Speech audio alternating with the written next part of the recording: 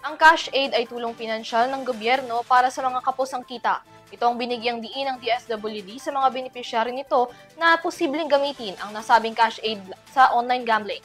May report si Criza Lopez. Bala ang Department of Social Welfare and Development o DSWD sa mga benepisyaryo laban sa paggamit ng cash aid para ipang online sugal.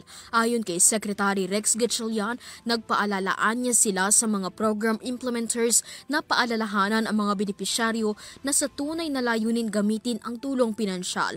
Batay sa department-wide memorandum ng DSWD, inuutusan nito ang lahat ng nangangasiwa ng programa na mas paigtingin pa ang post-distribution monitoring at i-activate ang grievance mechanism para matugunan ang mga paglabag.